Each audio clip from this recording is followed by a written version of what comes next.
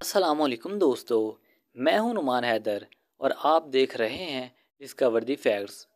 خانہ کعبہ تقدس کے اعتبار سے دنیا کی مقدس ترین عمارت ہے۔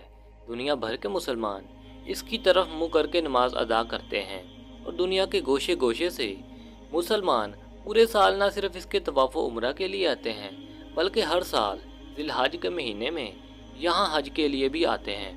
خانہ کعبہ صرف مسلمانوں کے لیے ایک مقدس عبادت گاہ ہی نہیں ہے بلکہ اس کے ساتھ ساتھ وہ بہت سارے ایسے معجزات کا منبع بھی ہے جن کے بارے میں جان کر انسان کا اللہ کی وحدانیت پر یقین مزید پختہ ہو جاتا ہے۔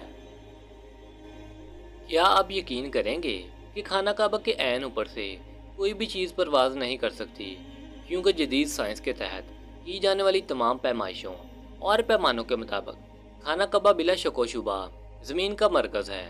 یہ وہ مقام ہے جو زمین کے بالکل وسط میں واقع ہے۔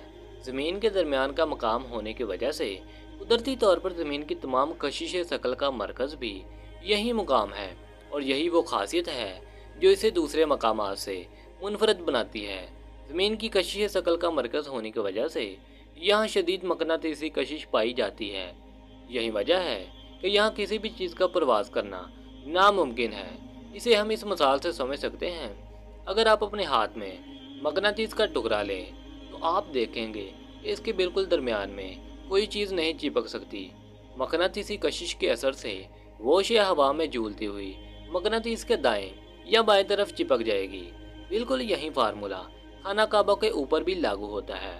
مرکزی مقام اور مقناطیسی کشش کی شدت ہونے کی وجہ سے یہ ناممکن ہے کہ کوئی طیارہ حتیٰ کہ پرندہ بھی خانہ کعبہ کے عین اوپر سے پرواز کر سکے۔ دنیا میں کسی بھی حصے میں رہنے والے مسلمان کعبہ کی طرف منہ کر کے نماز پڑھتے ہیں، جسے قبلہ کہتے ہیں۔ بہت سے لوگ اس کی حکمت نہیں جانتے کہ ایسا دراصل ہے کیونکہ آج سے ہزاروں سال پہلے کا دور کوئی سائنسی دور نہیں تھا، اور نہ ہی آج کے زمانے کی طرح اس کو جاننے کے لیے کوئی سائنسی اعداد و شمار اور آلات موجود تھے۔ بہت سے غیر مسلموں کو آج بھی لگتا ہے کہ مسلمان کعبہ کا جو بس ایک کالے رنگ کا کیوب شیپ کا گھر ہے، اس کی عبادت کرتے ہیں۔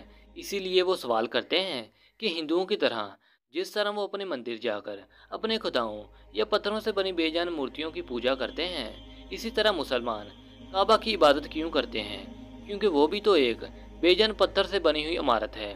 ان دونوں کے اندر بلا فرق کیا رہ گیا؟ دوستو، اسلام میں ایک اصول ہے کہ اگر دنیا کے کسی بھی کونے کے اندر اگر کوئی مسلمان موجود ہے اور وہ نماز پڑھنا چاہتا ہے مگر اسے قبلہ کے ڈائریکشن کا علم نہیں اور نہ ہی اس کے پاس اسے جاننے کے لیے کوئی طریقہ موجود ہے، تو پھر کسی بھی طرف منہ کر کے وہ نماز پڑھ سکتا ہے جو ڈائریکشن اس کے لیے سب سے زیادہ ایکوریٹ ہو، کیونکہ اللہ پاک قرآن کریم کے اندر فرماتے ہیں اور مشرق اور مغرب سب خدا کا ہی ہے، تو جدھر تم رخ کرو ادھر خدا کی ہی ذات ہے، بے شک خدا صاحب وسعت اور باخبر ہے۔ قرآن پاک کی اس آیت مبارکہ سے ہمیں پتہ چلا کہ کعبہ کی طرف منہ کرنے کا مقصد مسلمانوں کو متحد یا اکٹھا کر کے ایک بنانا ہے، کیونکہ ایک جگہ اگر مسلمانوں کے مجمع کو نماز ادا کرنی پڑے تو کوئی شخص اپنی مرضی سے مشرق کی طرف، کوئی مغرب کی طرف، کوئی شمال اور کوئی جنوب کی طرف منہ کر کے اپنی مرضی سے نماز پڑھنے کو ترجیح دے گا۔ اسی لیے قبلہ کی ڈائریکشن ہے سب مسلمانوں کو اکٹھا کر کے ایک لائن کے اندر لانے کے لیے۔ اس کا مقصد کعبہ کی عبادت ہرگز نہیں ہے، جس کا ثبوت ایک صحیح حدیث بھی ہے۔ صحیح مسلم کی حدیث کے مطابق حضرت عمر رضی اللہ تعالیٰ عنہ نے ایک بار حجر اسود جو کہ جنت سے لایا گیا ایک کالے رنگ کا پتھر ہے، اس کی طرف اشارہ کر کے فرمایا، اے حجر اسود، تو نہ تو مجھے کوئی فائدہ دے سکتا ہے اور نہ ہی کوئی نقصان پہنچا سکتا ہے، میں بس تجھے اس لیے چوم رہا ہوں کیونکہ میرے نبی نے بھی تجھے بوسہ دیا تھا۔ حضرت عمر رضی اللہ تعالیٰ عنہ کے یہ الفاظ کہ تو صرف ایک پتھر سے زیادہ کچھ نہیں ہے، جو کہ نہ تو مجھے کوئی فائدہ پہنچا سکتے ہیں اور نہ ہی کوئی نقصان، اس بات کا ثبوت ہے کہ مسلمان کعبہ کی عبادت نہیں کرتے بلکہ کعبہ کے رب کی کرتے ہیں، کیونکہ حجر اسود کو بھی مسلمان بوسہ دیتے ہیں اور اس کی عزت کرتے ہیں، لیکن اس کی عبادت ہرگز نہیں کرتے۔ حتیٰ کہ نبی پاک صلی اللہ علیہ وآلہ وسلم کے وقت میں بھی لوگ کعبہ کی چھت پر چڑھ کر اذان دیا کرتے، یا کوئی شخص جو کعبہ کی عبادت کرتا ہو اس کے اوپر کھڑے ہو کر اذان دینے کی ہمت بھلا کر سکتا ہے؟ زمین پر کعبہ کی لوکیشن یا لیٹیٹیوڈ 21 डिग्री 25 है। लेकिन क्या आप यकीन करेंगे कि कुरान पाक में काबा को बयान करने की सूरत का नंबर भी 2125 ही है, जिसके अंदर अल्लाह पाक फरमाते हैं कि हमने खाना काबा को लोगों के जमा होने और अमन पाने की जगह मुकर्रर किया और हुक्म दिया कि जिस जगह इब्राहिम खड़े हुए थे इसको नमाज की जगह बना लो, और इब्राहिम और इस्माइल को कहा कि तवाफ़ करने वालों और एतकाफ़ करने वालों और रकू करने वालों और सजदा करने वालों के लिए मेरे घर को पाक साफ रखा करो। जबकि कोमा के बाद के अदाद को अगर हम परसेंटेज में बदलें तो हमारे पास जवाब आता है 21.42, जिसे हम कुरान पाक के अंदर तलाश करें तो दूसरी सूरत की आयत नंबर 142 के अंदर एक बार फिर से काबा का ही जिक्र है, जिसके अंदर अल्लाह पाक फरमाते हैं, अहमक लोग कहेंगे कि मुसलमान जिस किबले पर पहले से चले आते थे अब उससे क्यों मुंह फेर बैठे। तुम कह दो मशरक और मगरब सब खुदा का ही है और वो जिसको भी चाहता है सीधे रास्ते पर चलाता है। क्या ये सिर्फ मैथमेटिकली तौर पर महज इत्तेफाक हो सकता है? अगर साइंस के तौर पर बात करें तो इसका चांस 10,000 में से सिर्फ एक बार मुमकिन है, लेकिन अल्लाह ताला की हिकमत से कुछ भी मुमकिन है। मक्का शहर को ज़मीन के मरकज़ में होने की वजह से यहाँ पर सबसे ज़्यादा एनर्जिक फील्ड मौजूद है, इतना ज़्यादा कि ये दुनिया के किसी और कोने के अंदर मौजूद ही नहीं हो सकता। एनर्जिक फील्ड तवानाई बख्श मैदान को कहते हैं, हत्ता कि सैटेलाइट से देखने पर भी इसको महसूस किया जा सकता है। एस्ट्रोनॉट्स भी इस बात का एतराफ़ करते हैं कि काबा से एक ख़ास किस्म का एनर्जिक फील्ड हर वक्त खारिज होता रहता है, और बतौर मुसलमान हम ये बात जानते हैं कि काबा की डायरेक्शन के ऐन ऊपर यानी कि 7 आसमानों पर एक और काबा या अल्लाह ताला का घर मौजूद है जिसे बैतुल मामूर कहते हैं। रोज़ाना तकरीबन 70,000 फरिश्ते इसका तवाफ़ करते हैं, और जो एक बार अपनी पूरी ज़िंदगी के अंदर इस सआदत को हासिल कर ले फिर फरिश्तों की बेतहाशा तादाद की वजह से इसकी बारी कभी नहीं आती।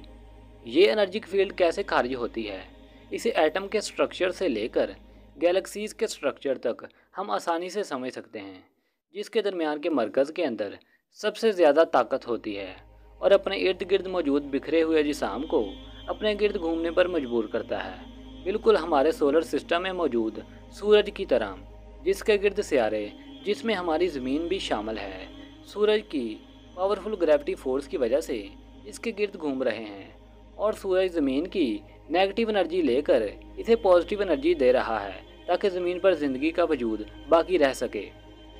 इसी तरह काबा का तवाफ़ करने पर यानी कि एक सेंटर पॉइंट के गिर्द घूमने पर एक पॉजिटिव एनर्जी आपके जिस्म के अंदर दाखिल होती है। साइंटिफिक रिसर्च हमें ये बताती है कि एक आम इंसान दिन भर के अंदर बहुत सारी इलेक्ट्रोमैग्नेटिक वेव्स का सामना करता है जो कि इसके लिए बहुत ख़तरनाक हैं, और सामने के दिमाग के हिस्से में दाखिल होकर डिप्रेशन, सर दर्द, सुस्ती और दिमागी तनाव या स्ट्रेस की वजह बन सकती हैं।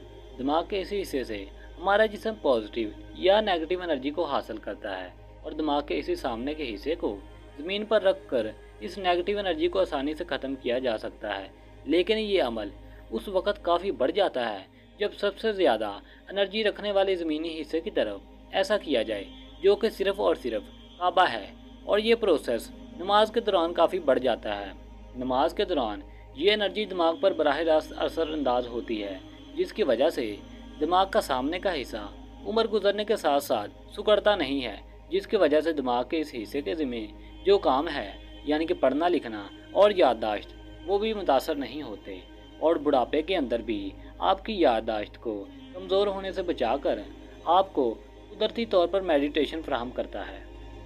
मुझे उम्मीद है कि काबा की साइंटिफिक मिरेकल्स पर मुबनी ये वीडियो देखकर आपका ईमान अल्लाह ताला की वहदानियत पर और ज़्यादा बढ़ गया होगा।